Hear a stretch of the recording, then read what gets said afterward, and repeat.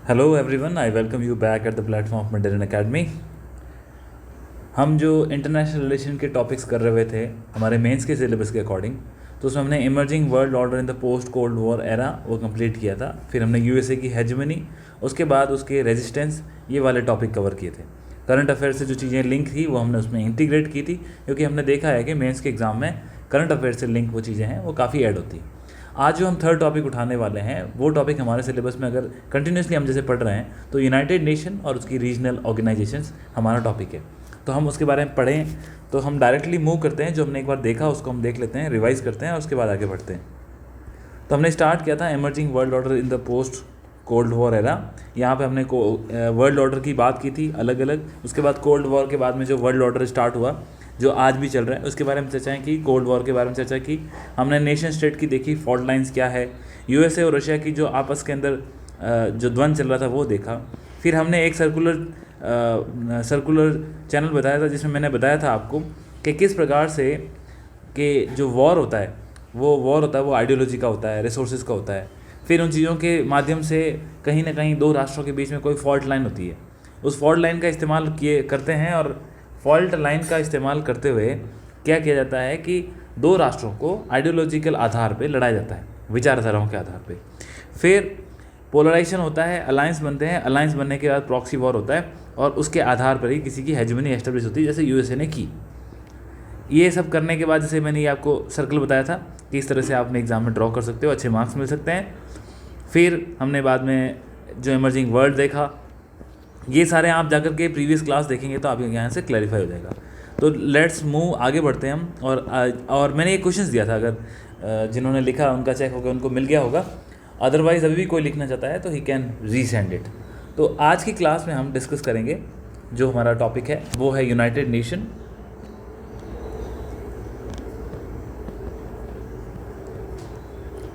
United Nation and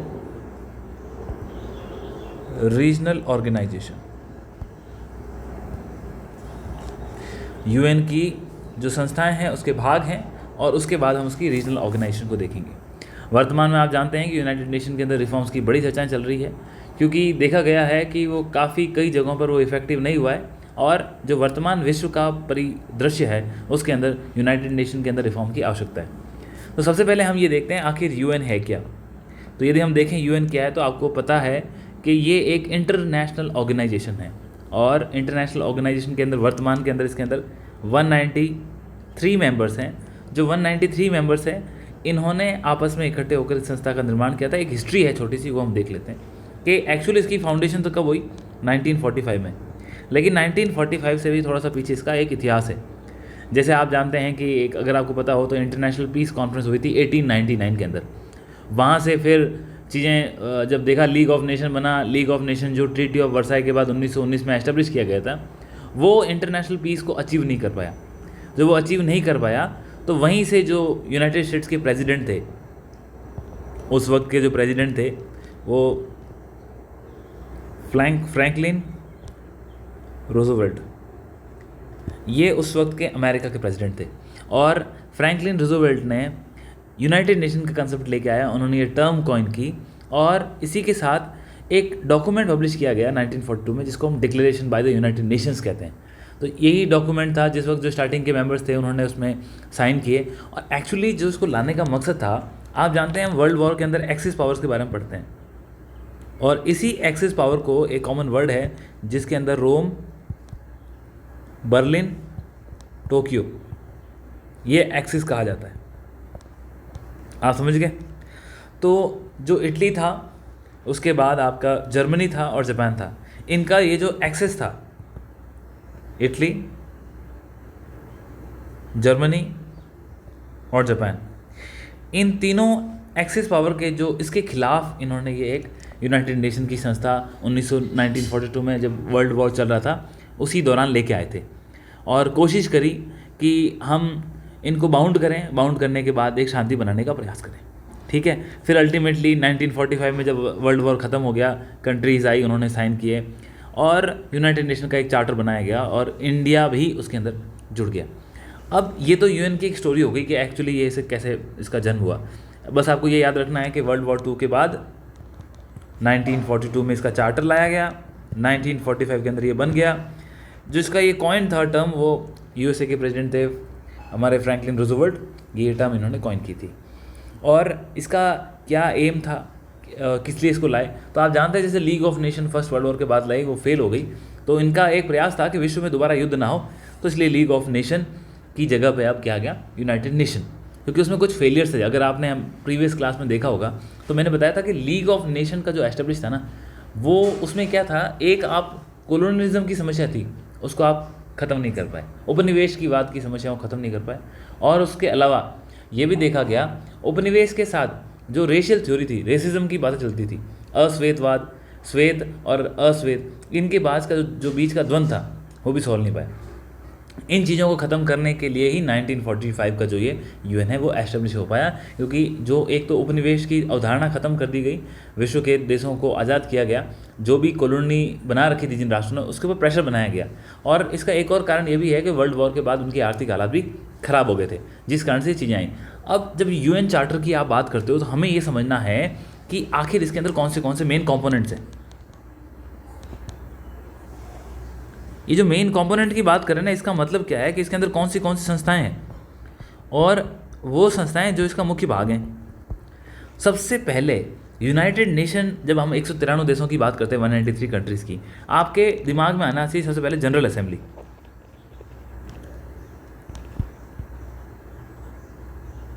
जिसको हम आम सभा भी कहते हैं। अब इस जनरल असेंबली के अंदर 193 कंट्रीज़ है, और ये जो जनरल असेंबली है ना, इसका काम क्या है, ये एक तरह से यूनाइटेड नेशन की सबसे बड़ी संस्था है। ये कई बार पॉलिसी मेकिंग का काम भी करती है, कई चीज़ों को, जिन मुद्दों को उठाना वो उठाने का प्रयास भी करती है। अलग अलग देश हैं, वो अपने आप को इस दुनिया की एक संगठित संस्था में अपने आप को रिप्रेजेंट करते हैं। और इसी के अलावा साल में एक बार इन सब की मीटिंग होती है, और जो ये एक्चुअली इसका जो जनरल असेंबली है उसका हेडक्वार्टर कहाँ है, न्यूयॉर्क में, ठीक है। तो यहाँ पे इनकी सालाना एक मीटिंग होती है, जिसको हम एनुअल जनरल असेंबली का सेशन कहते हैं। यहाँ कई चर्चाएं होती है, कंट्रीज अपना अपना पक्ष रहते हैं। अब यहाँ से यदि कोई निर्णय निकलता भी है तो उसके लिए आपको क्या चाहिए, 2/3 मेजॉरिटी चाहिए। हालांकि ये बड़ी इन्फ्लुएंस होती है यूनाइटेड नेशन सिक्योरिटी काउंसिल से और जो विश्व के मोस्ट पावरफुल कंट्रीज हैं उनसे, परंतु ये जो भी यहाँ पे डिस्कशंस होते हैं कि भाई किसी नए मेंबर को जोड़ना है, कोई पीस या सिक्योरिटी का मुद्दा है, या फिर हमें कोई बजट संबंधित प्रावधान करने हैं, तो ये सारे के सारे यहाँ पे डिस्कशन होते हैं। और फाइनली जो भी इनके लिए 2/3 मेजॉरिटी चाहिए होती है। अगर कोई नॉर्मल मैटर है तो उसके लिए आपका 1/3 से भी काम, सिंपल मेजॉरिटी से भी काम चल जाता है। इसके अलावा जो जनरल असेंबली का एक प्रेसिडेंट होता है, ये प्रेसिडेंट का जो इलेक्शन होता है ना, ये प्रेसिडेंट इन 193 कंट्रीज़ में से कोई बन सकता है, और इसको 1 साल का कार्यकाल दिया जाता है। और करते कैसे हैं, year by year assembly decide करती है कि हाँ ये किसको देना है, तो इसी के साथ इस प्रकार से इसका कार्यकाल चलता है। इसके अलावा जनरल असेंबली के बाद जो सबसे मुख्य और सेकंड और सबसे पावरफुल जो यूनाइटेड नेशन का कंपोनेंट है वो है इसकी सिक्योरिटी काउंसिल, जिसको हम यूनाइटेड नेशन सिक्योरिटी काउंसिल भी कहते हैं। और मेन जो रिफॉर्म्स की बात चलती है ना, वो यूनाइटेड नेशन सिक्योरिटी काउंसिल में ही चलती है, क्योंकि ये एक बहुत ही पावरफुल बॉडी है। और आपकी जानकारी के लिए बता दूं कि जो यूनाइटेड नेशन सिक्योरिटी काउंसिल है, इसके अंदर कितने हैं, 15 कंट्रीज़ हैं, और इन 15 कंट्रीज़ में 5 तो कौन से हैं, परमानेंट हैं, और 10 कैसे हैं, नॉन परमानेंट हैं, अस्थायी सदस्य हैं। जो परमानेंट मेंबर है इनका कार्यकाल, जैसा आप जानते हैं, कोई कार्यकाल नहीं है, फिक्स है, ये मतलब लाइफ लॉन्ग मेंबर रहेंगे जब तक इसके अंदर रिफॉर्म नहीं होंगे। और दूसरा जो नॉन परमानेंट मेंबर है, इन नॉन परमानेंट मेंबर को 2 साल का कार्यकाल मिलता है, ठीक है। 2 साल के कार्यकाल के अंदर, जैसे इंडिया भी कई बार इसके अंदर नॉन परमानेंट मेंबर रहा है, तो ये 2 साल का कार्यकाल इसमें मिलता है, वो भी रोटेशन टर्म पे होता है। अब देखिए आप, मुद्दे की बात क्या है कि यहाँ पर इन 5 देशों के पास विटो पावर है। और विटो पावर क्या है, विटो पावर ये है कि यदि इन 5 देशों में से कोई भी एक राष्ट्र अपने विटो का इस्तेमाल करता है और कोई भी डिस्कशन चला, actually United Nation Security council का जो मेन मैंडेट है ना, वो क्या है, इनकी जिम्मेदारी है कि हमको मेंटेनेंस रखनी है किसकी, जो इंटरनेशनल पीस है, अंतर्राष्ट्रीय शांति समझौते उनको बनाए रखना। तो इंटरनेशनल पीस है आपकी, और जो सिक्योरिटी के मसले हैं वो हल करना इनकी जिम्मेदारी है। और इसका डिसीजन ये 15 देश लेते हैं। इस 15 देश के अंदर यदि ये जो 5 देश हैं मुख्य, जिनको मैंने P5 कहा, अब P5 है कौन से? सबसे पहले United states of America, second आपका यूके, थर्ड आपका रशिया, फोर्थ आपका फ्रांस और फिफ्थ आपका चाइना। ये वही राष्ट्र हैं जो उस वक्त सेकेंड वर्ल्ड वॉर जीते थे, इसीलिए इनको क्या बनाया गया? यूनाइटेड नेशन सिक्योरिटी काउंसिल का परमानेंट मेंबर बनाया गया। कई बार ये चर्चाएं चलती है कि भारत को भी ऑफर की गई थी, परंतु उसमें बहुत सारे ऐसे पॉइंट्स हैं और उसके लिए हमारा सिलेबस हमें अलाउ नहीं करता, तो we will discuss some other time. तो ये आप समझ गए। तो ये तो 5 परमानेंट मेंबर हो गए। इसके अलावा 10 नॉन परमानेंट मेंबर होते हैं। इनको याद करने की आवश्यकता नहीं है, क्योंकि इलेक्शंस होते हैं, बदलते रहते हैं, 2 साल का कार्यकाल है, और यदि जब इंडिया होता है उस वक्त आपको इसका ध्यान रखना है। आप समझ गए। इसके अलावा ये जो 15 मेंबर्स की बॉडी है, इसका मैंडेट क्या है कि इनको इंटरनेशनल पीस और सिक्योरिटी है उसको मेंटेन रखना है। वीटो पावर का कंसेप्ट मैं आपको बता चुका हूँ। कोई भी रेजोल्यूशन अगर आता है, जैसे इंडिया कई बार रेजोल्यूशन लेके जाता है कि पाकिस्तान के अंदर ऐसे टेररिस्ट हैं, इनको आप डिक्लेयर करो, तो वहाँ पे आप देखा होगा कि चाइना उसको वीटो कर देता है। तो ये रीज़न इसीलिए तो हमें किसी न किसी P5 देश के साथ अपने संबंध बनाए रखना चाहिए, क्योंकि कल को कश्मीर के खिलाफ कोई रेजोल्यूशन लेके आ जाएगा और हमारे संबंध है नहीं अच्छे, तो क्या होता है फिर वहाँ पर यूनाइटेड नेशन सिक्योरिटी काउंसिल में अगर रेजोल्यूशन पास हो गया तो फिर एक प्रेशर बनता है कि आपको उसको फॉलो करना है। अगर नहीं फॉलो करोगे तो आपका सैंक्शंस लगेंगे, कुछ ना कुछ दूसरी ऑब्लिगेशन आएगी। इसीलिए जो इंडिया है वो उसके संबंध फ्रांस से, रशिया से, USA से और UK से सबसे अच्छे मिलेंगे, एक्सेप्ट चाइना जो कि बॉर्डर इश्यूज़ के कारण है। आप समझ गए। ये सारी चीज़ें सिक्योरिटी काउंसिल से रिलेटेड है, जो कि सबसे इंपॉर्टेंट है। अब इस डेमोक्रेटिक वर्ल्ड के अंदर जो सबसे अनडेमोक्रेटिक संस्था है वो आपकी यूनाइटेड नेशन की सिक्योरिटी काउंसिल है, जो ये 15 देश है। कैसे? जिनके पास आपने पावर दे रखी इन 5 मेंबर्स को, P5 को, तो आप देखो दुनिया के अंदर हाईएस्ट पॉपुलेशन देखा जाए तो कौन से कॉन्टिनेंट में है? या तो आपको देखने को मिलेगा एशिया और अफ्रीका। अगर ग्लोबल साउथ की बात करें तो ग्लोबल साउथ को रिप्रेजेंट कौन सी कंट्रीज़ करती है? या जो डेमोक्रेटिक कंट्रीज, जो डेवलपिंग कंट्रीज़ है या जो अंडर डेवलप कंट्रीज़ है, इन सब को कौन रिप्रेजेंट करता है? इन सब को रिप्रेजेंट करने के लिए आपको या तो अफ्रीका या लैटिन अमेरिका या फिर एशिया, इन कॉन्टिनेंट का सफ़र करना पड़ेगा।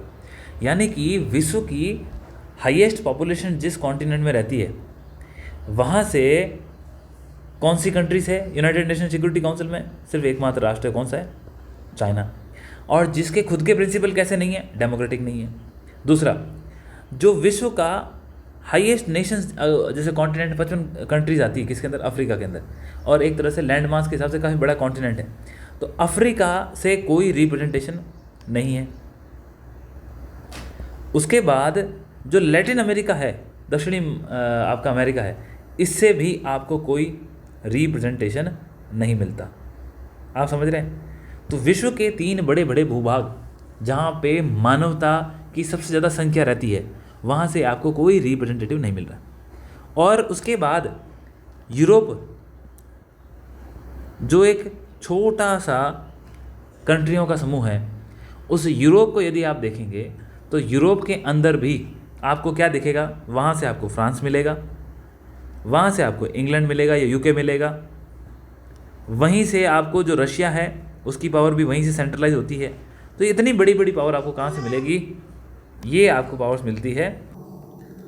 तो यूरोप के जो 3 देश हैं, इन 3 देशों का रिप्रेजेंटेशन है वो आपको कितना मिलेगा?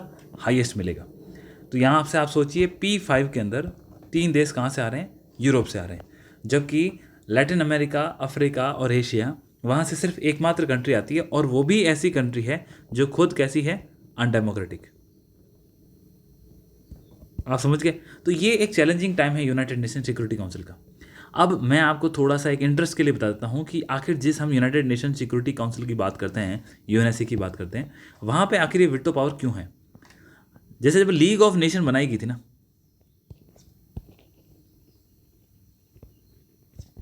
इस लीग ऑफ नेशन के अंदर एक कंट्री इसका पार्ट नहीं थी, और वो था USA। ये भी एक मेन रीज़न बताया जाता है जिस कारण से लीग ऑफ नेशन क्या हो गई थी? फेल। हालांकि इसके साथ मैंने आपको एडिशनल रीज़न बताए गए थे कि जो उपनिवेशवाद है, उपनिवेशवाद के खिलाफ कोई भी स्ट्रॉन्ग एक्शन नहीं लेना, इसके खिलाफ कोई भी विचारधारा, इसको ख़त्म करने के लिए कोई प्रयास नहीं करना भी लीग ऑफ नेशन के फेलियर का एक रीज़न था। इसके अलावा मैंने आपको रेसिज्म भी बताया, जो रेशियल थ्योरी थी, श्वेत अश्वेत के खिलाफ जो एक डिवाइड था, उसको ब्रिज नहीं करना भी एक मेन रीज़न। ये लीग ऑफ नेशन के फेलियर होने के कुछ रीजंस हैं। अब इसके बाद देखो आप, लीग ऑफ नेशन के अंदर कौन नहीं था? यूएसए। जब लीग ऑफ नेशन में यूएसए था नहीं, तो इस कारण से लीग ऑफ नेशन क्या हो गई? फेल। और लीग ऑफ नेशन फेल कैसे हुई, हमको कैसे मालूम चला? तभी तो क्या हुआ? World War Two. अब वर्ल्ड वॉर टू होने के बाद आपने एक नई संस्था बनाई, कौन सी? United Nation. और यूनाइटेड नेशन के अंदर एक पावरफुल टूल बनाया, यूनाइटेड नेशन सिक्योरिटी काउंसिल।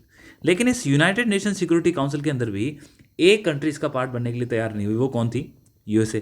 तो आखिर वही घटना दोबारा से जो 1919 के अंदर हुई थी, वो दोबारा इतिहास अपने आप को यहाँ पे अतीत के जो दोहरा रहा था 1945 में।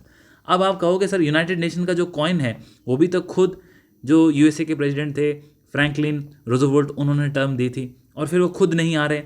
रीज़न ये था, यूनाइटेड नेशन सिक्योरिटी काउंसिल के अंदर वो चाहते थे कि सबसे पावरफुल जो कोई संस्था देश हो तो वो यूएसए रहेगा, क्योंकि आप जानते हैं वर्ल्ड वॉर टू के अंदर कोई एकमात्र वर्ल्ड के अंदर पावरफुल शक्ति बची थी तो वो यूएसए थी।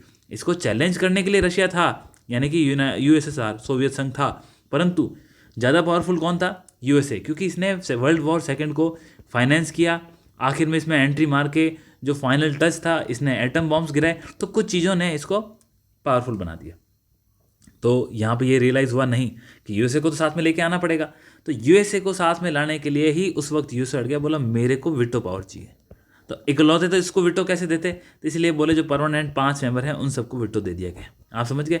तो ऐसे हमारे यहाँ पे यूनाइटेड नेशन सिक्योरिटी काउंसिल के अंदर जो वीटो का कंसेप्ट है वो आया, जो आज सबसे ज़्यादा क्रिटिसाइज़ किया जा रहा है। और आज भी इंटरनेशनल लेवल पर यूएसए ने अपना डोमिनेशन बना रखा है, यूनाइटेड नेशन में भी बना रखा है। अब आगे बढ़ते हैं हम यहाँ से।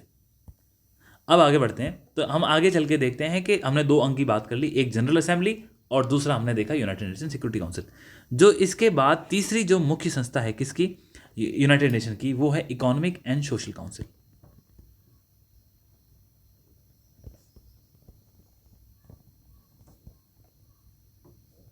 इकोनॉमिक एंड सोशल काउंसिल, इसको हम शॉर्ट फॉर्म में इकोसॉक भी बोलते हैं। तो ये एक मुख्य तीसरा भाग है किसका?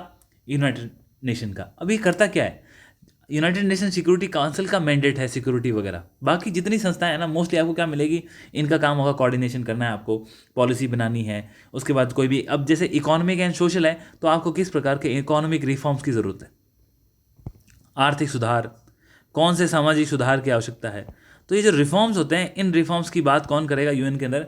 इकोनॉमिक और सोशल काउंसिल के अंदर। इसके अंदर सदस्य संख्या है वो कम है, लेकिन इसका जो मेंबर्स होते हैं उसका अलग अलग टर्म होता है, और ये भी जो विश्व के मुख्य मुद्दे होते हैं उनके ऊपर डिस्कस करते हैं। और इसका मेन टारगेट यही है कि इकोनॉमिक और सोशल डेवलपमेंट होना चाहिए विश्व का, इसके लिए ये संस्था बनाई गई।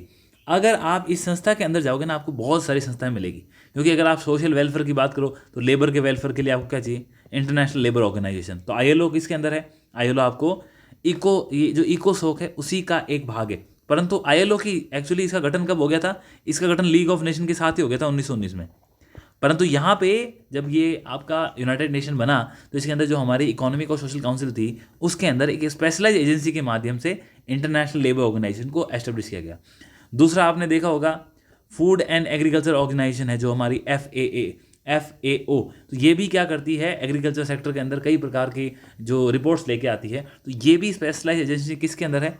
इकोसॉक। तो ओवरऑल देखोगे तो किसके अंदर है? यूएन के अंदर। लेकिन यूएन के अंदर जो हमने तीसरा भाग पढ़ा, पहला पढ़ा यूनाइटेड नेशन जनरल असेंबली, दूसरा पढ़ा यूनाइटेड नेशन सिक्योरिटी काउंसिल, और तीसरा पढ़ा economic and social council. Economic and social council के अंदर आपको कुछ स्पेशलाइज एजेंसी देखने को मिल रही है। जो इंपॉर्टेंट है मैं आपको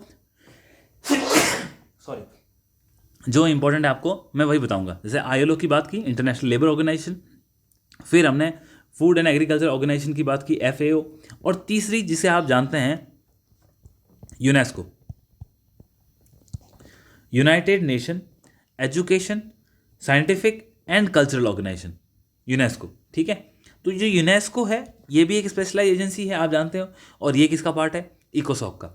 फिर वर्ल्ड हेल्थ ऑर्गेनाइजेशन जो बड़े ही क्रिटिसाइज़ की गई थी, ये कब क्रिटिसाइज़ की गई थी?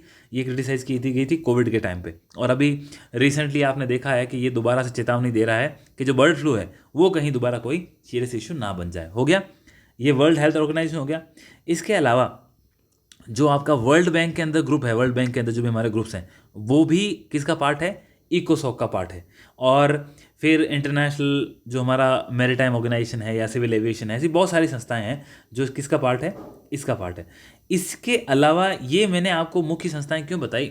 कई बार क्या होता है ना, हम कंफ्यूज हो जाते हैं। और ज़्यादातर जो संस्था, देखो यूनाइटेड नेशन सिक्योरिटी काउंसिल खुद एक इंडिपेंडेंट संस्था है, उसके अंदर आपको केवल 15 देश मिलेंगे। जनरल असेंबली के अंदर 193 देश हैं। उसका जो प्रेसिडेंट इलेक्ट होता है वो 1 साल के टेन्योर के लिए होता है। और जो आपके 10 नॉन परमानेंट मेंबर है वो आपके यूनाइटेड नेशन सिक्योरिटी काउंसिल में।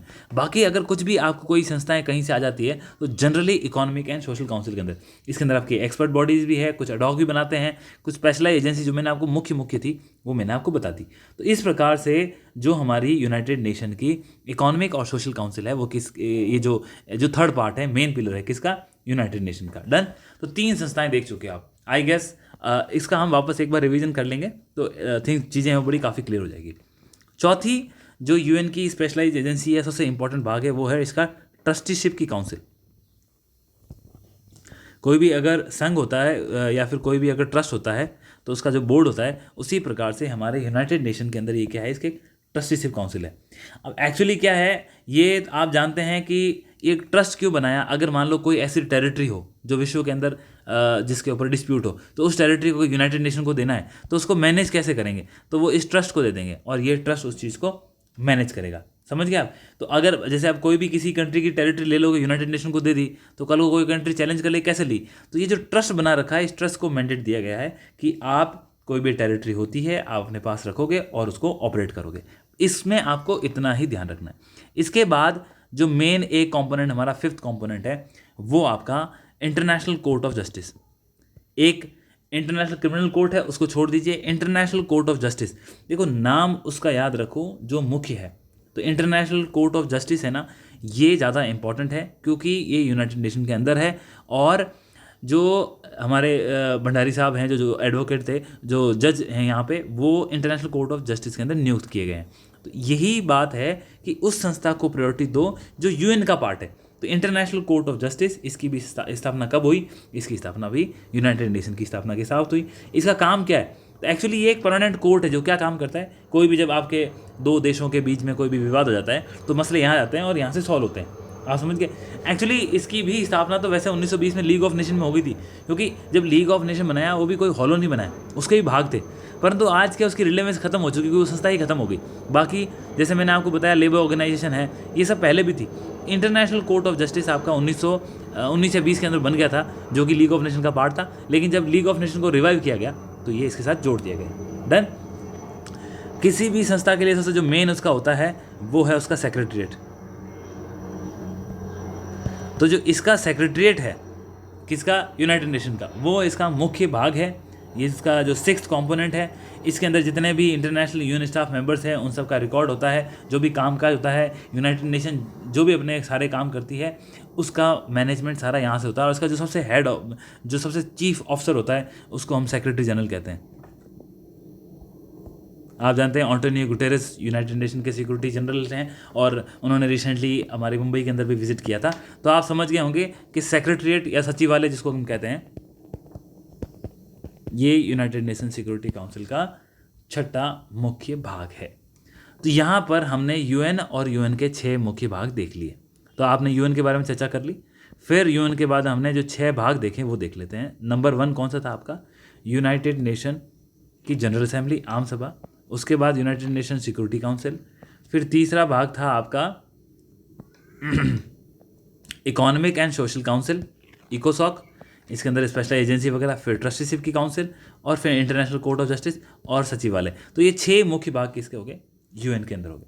अब इसके अलावा यूएन कई प्रोग्राम चलाता है, कई उसकी स्पेशल एजेंसी है जिसके बारे में चर्चा कर ली। एग्जाम में सवाल कहाँ से बन के आने की संभावना है उसको देखते हैं। सबसे पहली बात, आखिर यूनाइटेड नेशन सिक्योरिटी काउंसिल के अंदर या फिर यूएन के अंदर आपको सुधार या रिफॉर्म्स क्यों चाहिए? उसकी आवश्यकता क्यों है? इस क्वेश्चन का एक 100% तैयार करके जाएं। मैं काफ़ी अच्छे पॉइंट बनाने की कोशिश करूंगा। रीज़न क्या है? ये एक मोस्ट प्रोबेबल क्वेश्चन है जो कि आपसे 10 मार्कर के अंदर स्ट्रेट फॉरवर्ड पूछा जा सकता है। यूपीएससी के मेंस में जो हमारे 250 वर्ड्स के क्वेश्चन होते हैं, मोस्ट लाइकली एक क्वेश्चन ये होता है। वो किस ढंग से पूछता है वो अलग है। अब इसके रीजंस मैं जानता हूँ आप खुद आज समर्थ हैं, इसके रीजंस लिख सकते हैं, ठीक है, लेकिन आपको ये बताना है कि क्यों सुधार चाहिए। देखो, वर्तमान जो समस्या है ना, जो मॉडर्न वर्ल्ड है, हमारा आधुनिक विश्व है, इसकी समस्याएं अलग है और इन समस्याओं के लिए यूनाइटेड नेशन का जो सिक्योरिटी काउंसिल है, यूएन है, वो आज क्या इतना इफेक्टिव नहीं है। इफेक्टिव नहीं है तो उसके लिए उसमें क्या चाहिए? आपको सुधार चाहिए। और ऐसे सुधार क्यों चाहिए? ताकि ये संस्था इफेक्टिव बने और विश्व की जो भी समस्याएं खड़ी हो रही ना उसका हल करे। फॉर एग्जाम्पल, 2 साल से अधिक हो चुके हैं किसको? यूक्रेन के रशिया के युद्ध को।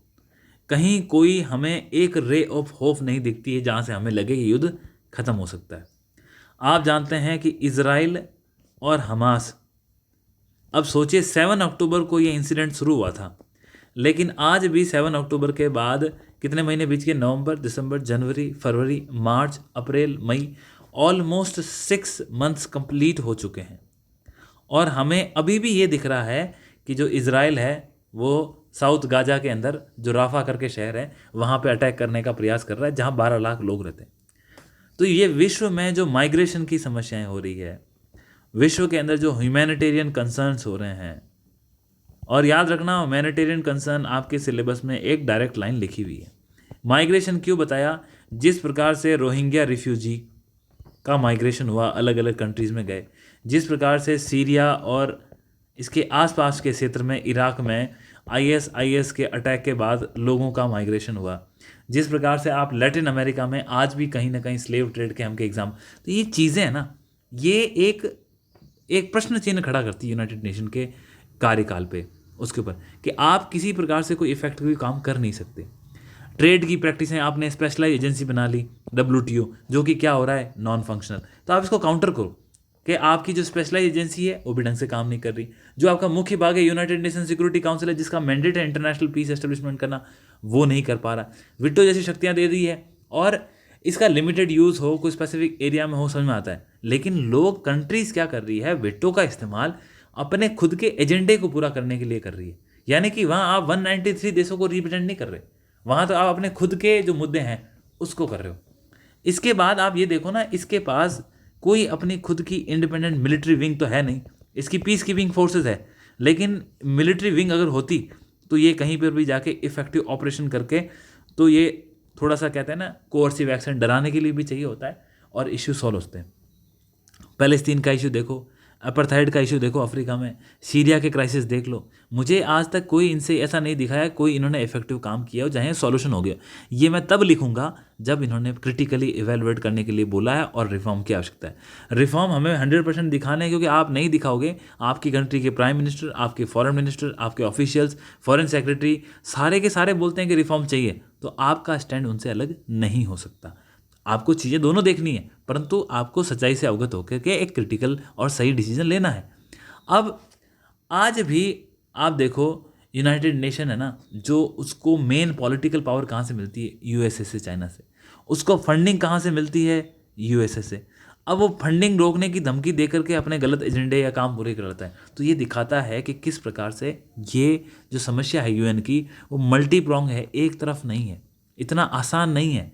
क्योंकि जब तक आप इसकी फंडिंग को भी डेमोक्रेटिक नहीं करोगे, भाई कंट्री स्पेसिफिक नहीं करोगे, तो जो पावर फंड देगा वो अपनी ज़्यादा सत्ता दिखाएगा। आप समझ गए? इसलिए यूनाइटेड नेशन के अंदर हमें ज़रूरी है, हमें सुधार चाहिए। अब एक दूसरा एंगल है, अब विश्व किस तरफ बढ़ा है। आप देखो, आज जो एफ्रो एशियन एक टर्म है, अफ्रीका और एशिया का जो विकास चल रहा है, उसके अंदर क्या हुआ? सबसे पहले आपने देखा कि उपनिवेशवाद का उपनिवेशीकरण हुआ, डीकोलोनाइजेशन हुआ। तो इस डीकोलोनाइजेशन के बाद में ये लोग, आपने पहले जब किया उस टाइम तो उपनिवेशवाद के जिकड़े में थे, कंट्रीज़ आज़ाद नहीं थी। 1945 के अंदर विश्व में पता नहीं कितने देश होंगे जो गुलाम थे, तो उनको तो मौका ही नहीं मिला यहाँ पे अपना खुद का एक बात कहने का। उसके बाद अब ये देखो, यूनाइटेड नेशन जब इन्होंने स्टार्ट किया था ना, उस टाइम तो 26 देश ही थे जिन्होंने इसकी सबसे पहली मीटिंग में भाग लिया था। आज मेंबर्स कितने हैं इसके पास? 193 मेंबर्स हैं। अरे मेंबर्स इतने बढ़ गए और आप परमानेंट मेंबर्स बढ़ा नहीं रहे हो, आप उनकी पावर्स में कटौती नहीं कर रहे, आप समझ गए। उसके बाद आप ये भी देखो कि विटो की पावर एब्सोलूट है, अच्छे से अच्छा काम रुक जाता है, ठीक है। यही तो बात समझने की होती है। फिर जो लीडर होता है ना, लीडर को अपने काम बड़ी जिम्मेदारी से करने होते हैं। एक टीचर होता है, उस अपने स्टूडेंट्स को वो गलत जानकारी नहीं दे सकता। अगर कोई गलत जानकारी दी तो उसकी जिम्मेदारी बनती है कि वो उसको करेक्ट कराएं, क्योंकि उससे उन बच्चों का और विश्व का भविष्य टिका है। उसी प्रकार से एक जो लीडर है यूनाइटेड नेशन के अंदर, जैसे यूएसए था, तो उसकी जिम्मेदारी थी कि वो अपने एजेंडे को छोड़ के विश्व के अंदर खुद को एक लीडर के रूप में एस्टेब्लिश करे, कम से कम यूनाइटेड नेशन को आगे बढ़ाए और फिर वो अपना वर्चस्व स्थापित करता। परंतु इसने उसका विपरीत किया। तो ये चीज़ें ये दिखाती है कि हमको इसके अंदर रिफॉर्म चाहिए। आप समझ गए, मेन जो क्वेश्चन जहाँ से बनता है उसको हमने एड्रेस किया है, ये आपको समझना होगा। आई होप यहाँ तक आपको चीज़ें बढ़िया अच्छे से क्लियर हो गई होगी, ठीक है। इसके अलावा जो कुछ इसके इम्पोर्टेंट सवाल बन सकते हैं वो कहाँ से बन सकते हैं? एक, इसकी जो स्पेशलाइज्ड एजेंसीज हैं कौन सी है? मैंने आपको पहले ही बताई, एक वर्ल्ड ट्रेड ऑर्गेनाइजेशन, दूसरी मैंने आपको बताया फूड एंड एग्रीकल्चर ऑर्गेनाइजेशन, क्योंकि जो जीएम क्रॉप का कंसेप्ट आ रहा है ये सारी चीज़ें यहाँ से आ रही है, World Trade Organization, Food and Agriculture Organization. तो इन स्पेशलाइज एजेंसी का, जैसे ये आपका यूनेस्को है, उसके अंदर भी यूएसए ने कई बार मेंबरशिप छोड़ दी, वो रीजॉइन करता है। तो आप इंटरनेशनल संस्था ऐसी नहीं हो सकती, कोई भी आता है केक वॉक की तरह जाता है और वापस निकल जाता है। और फिर आप जो ग्लोबल समस्याएं हैं, आज नई नई समस्याएं हैं, जैसे साइबर सिक्योरिटी, आर्टिफिशियल इंटेलिजेंस से जो हमें प्रभाव देखे वो, फिर इसके अलावा जो टेररिज्म को लेकर के पहले तो कंट्री स्पेसिफिक था, लेकिन आप विश्व में आज कहीं पर भी इनसे प्रभावित हो रहे हो। फिर जो रेडिकलाइजेशन हो रहा है, लोगों को भड़काया जाता है, आपस में डिवाइड किया जाता है। तो ये जो समस्याएं हैं ना, इन समस्याओं को सॉल्व करने के लिए हमें नए मैकेनिज्म चाहिए। हो क्या रहा है? समस्या वही है, क्लाइमेट चेंज है। इन सब के लिए हमें स्ट्रॉन्ग एक इंटरनेशनल संस्था की ज़रूरत है जो विश्व की समस्याओं को सिरे से सॉल्व कर सके, लोग उसकी तरफ उम्मीद से देख सके। क्योंकि यदि एक उम्मीद की तरफ वहाँ उसके पास सॉल्यूशन नहीं होगा, तो जैसे मैं एक बात कह रहा हूँ, आज WTO फेल हो गया सपोज, और वो काम भी ऐसे कर रहा है कि उसका डिस्प्यूट रेजोल्यूशन मैकेनिज्म खराब है, काम ही नहीं कर रहा। यदि WTO फेल हो जाता है तो होगा क्या? एक कंट्री इंडिया और मान लीजिए दूसरी कंट्री पाकिस्तान, इनके बीच में कोई विवाद हो गया, इन दोनों के पास पहले ऑप्शन था कि चलो WTO चलते हैं, वहाँ बात करेंगे, जो उन्होंने बोल दिया हम उस हिसाब से सही सलामत कर लेंगे। आज आपकी ये स्पेशलाइज एजेंसी काम ही नहीं कर रही है, तो ये कंट्रीज़ क्या करेगी?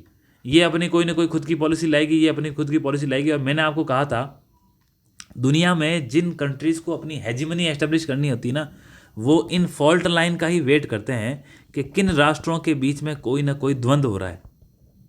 जैसे ही मान लीजिए इंडिया और पाकिस्तान में, मैं एक बात कहता हूँ कि सिंधु नदी का जो बंटवारा है, इस सिंधु नदी के जल के बंटवारे को लेकर के कोई विवाद हो गया और विश्व में जो स्पेशलाइज एजेंसी है जिनको ये काम करना चाहिए वो फेल हो गई, तो इंडिया और पाकिस्तान कुछ ना कुछ तो अपने हिसाब से करेंगे भाई, क्योंकि आखिर में जो पॉलिटिकल लीडर होता है उसको अपने लोगों को खुश करना होता है। वो ये थोड़ी दिखाएगा, इंडिया का लीडर ये नहीं दिखा सकता कि पाकिस्तान से हम किसी बात से कम हैं, और पाकिस्तान का लीडर कभी ये नहीं दिखा सकता हम इंडिया से किसी बात में कम हैं। तो ये जो फॉल्ट लाइन बनती है, इन फॉल्ट लाइन का कौन फ़ायदा उठाते हैं? जो विश्व के अंदर ऐसी शक्तियाँ होती है जो अब खुद की हेजमनी एस्टेब्लिश करना चाहती है, और उसके लिए ये क्या करती है, फिर यहाँ पर दोनों कंट्रियों को किसी न किसी बात पर, आइडियोलॉजी पर, विचारधाराओं पर लड़ाती है। जब ये विचारधाराओं में लड़ाएगी तो क्या करेगी? उनको रिसोर्सेज देगी, फंड देगी, उनके सपोर्ट में आएगी। और ये जब विचारधाराएं गहरी हो जाएगी, जब ये फॉल्ट लाइन बढ़ जाएगी और विचारधाराओं में आपस में एक द्वंद्व होने लग जाएगा, तब क्या होता है, ये लोग क्या करते हैं, वहाँ से अलायंस बनाने लगते हैं, प्रॉक्सी वॉर की कंडीशन आने लगती है, फिर वो उसको सपोर्ट करते हैं। और होता क्या आखिर में, इन दोनों, जैसे भारत और पाकिस्तान यहाँ पे इन्वॉल्व है, इन दोनों कंट्रियों का तो प्रत्यक्ष रूप से नुकसान होगा और ये अपनी हेजिमनी को अप्रत्यक्ष रूप से एस्टेब्लिश करेंगे। तो स्ट्रॉन्ग कौन हुआ? ये। और लड़े कौन? ये। आप समझे? इसीलिए इन चीज़ों को, इंटरनेशनल रिलेशन को अच्छे से समझ के आपको समझना होता है। आप समझ गए? तो यूनाइटेड नेशन, उसकी संस्थाएं, उसके प्रश्न हमने एक समझने का प्रयास किया। एक प्रश्न जो लिखिए आप उसका आंसर देने का प्रयास करना। मेरे एक प्रश्न होंगे वो 150 वर्ड्स के आधार पे आप लिखना या फिर 100 वर्ड्स लिखना। प्रश्न ये है,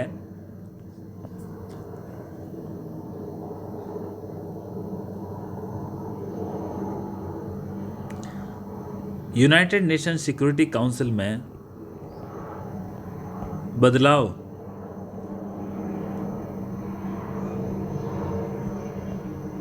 केवल एक मांग ना होकर यूनाइटेड नेशन सिक्योरिटी काउंसिल में बदलाव भारत की केवल एक मांग न होकर संपूर्ण विश्व के आधारभूत ढांचे को बचाने का नितांत प्रयास है।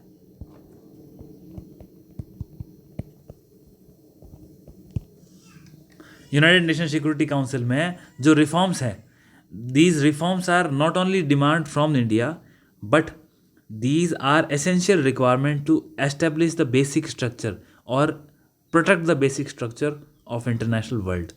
आप समझे, वर्ल्ड ऑर्डर को स्थापित करने के लिए, उसके मूल ढांचे को सुरक्षित रखने के लिए यूनाइटेड नेशन में जो बदलाव है उसकी नितांत आवश्यकता है। ये भारत की मांग नहीं है, विश्व की मांग है, विश्व की आवश्यकता है। इसको आप लिखिए कमेंट सेक्शन में या फिर अपने टेलीग्राम चैनल पे जो कि @मंडेरियन अकेडमी है। इसका लिंक भी नीचे दिया होगा, आप उस पर भी जाके इसको फॉलो कर सकते हैं। वहाँ पे जो डेली आंसर राइटिंग की प्रैक्टिस के लिए क्वेश्चंस भी आते हैं, वहाँ से उनको भी अप्रोच करें एंड आप अपनी कॉपीज़ को भेज सकते हैं और इसी तरह जुड़े रहें। होपफुली हम आपका जो ये इंटरनेशनल रिलेशन का पोर्शन है वो 10 क्लासेस में ख़त्म कर लेंगे। Then thank you, best wishes, we will meet again.